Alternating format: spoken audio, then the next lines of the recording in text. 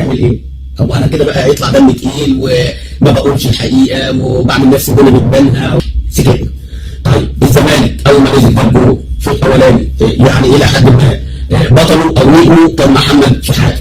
قول لنا بقى يا عم الفتاي خرجت محمد شحاته ليه؟ اولا احنا مش اشتكى من الاصابه، ما شفناهوش اتصاب مثلا عشان نقول ده اتصاب وخلاص، ومحدش للاسف في سواء المعلق او الناس قال لك ان محمد شحاته خرج ليه؟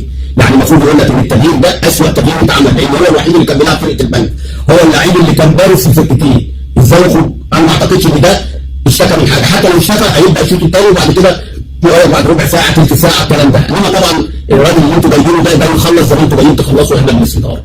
الراجل خلص عليكم في كاس الرابطه، خلص عليكم في الكونفدراليه، خلص عليكم في الدوري، وحتى كان مش هتاخدوا تاني، وان شاء الله الكاس لو انتوا خليتوا الكاس تبقى اداء نهائي، لو انتوا شميتوا هو الثاني هتاخدوا الثاني لان مفيش ثالث ولا رابع، ده انت هتلعبوا على المباراه النهائيه.